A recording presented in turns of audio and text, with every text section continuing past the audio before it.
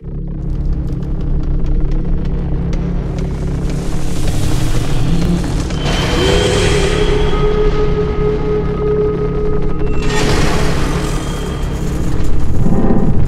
Marco, wo befinden wir uns hier gerade? Ja, heute befinden wir uns in der Ära.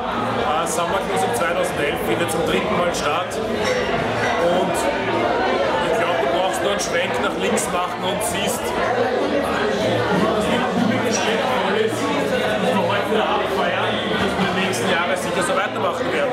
Also mit einem Wort, das Summer Closing 2011 ist ein voller Erfolg. Man kann es gar nicht anders ausdrücken. Worauf können sich die Leute heute Abend noch freuen? Heute Abend, es gibt jetzt um Viertel 1 den Limbo-Contest. Ja. Danach wird der Sieger vom Best Outfit Contest auserkoren.